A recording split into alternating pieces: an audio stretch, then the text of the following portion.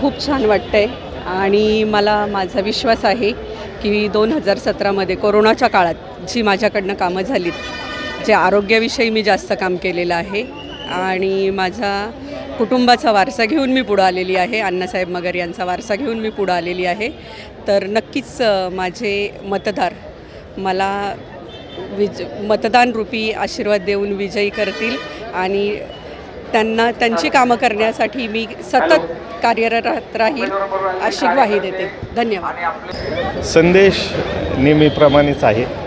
आज काय आनंद झालेलाच असतो प्रत्येकाला. ए बी फॉर्म मिळाला की आनंद होतो. त्याप्रमाणे हेमलता मगरांनासुद्धा आनंद झालेला आहे आणि आमच्या सर्व कार्यकर्त्यांना पण आनंद झालेला आहे.